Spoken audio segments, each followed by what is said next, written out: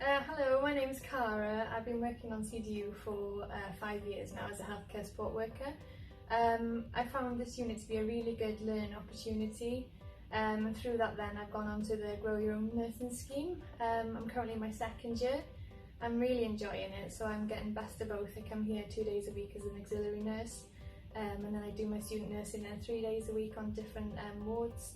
Yeah, it's been really fun, and I get the support then from other staff members when I come back here. Yeah, so I'm really enjoying the opportunity, and CDU is a really good learning environment, and there's great staff here, and everybody has a laugh, you know, and because it's so serious you've got to sort of have a laugh from time to time, haven't you? Yeah. And this is Cath. I'm Cath. I started working on CDU 7 years ago. I'm currently on an extended rotation down in A&E. That's the opportunity I got from CDU and I went with it. But it's a brilliant ward to work on. You learn so much. Not every day is different.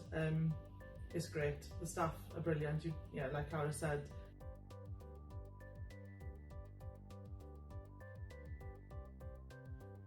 Don't be shy. Give CDU a try.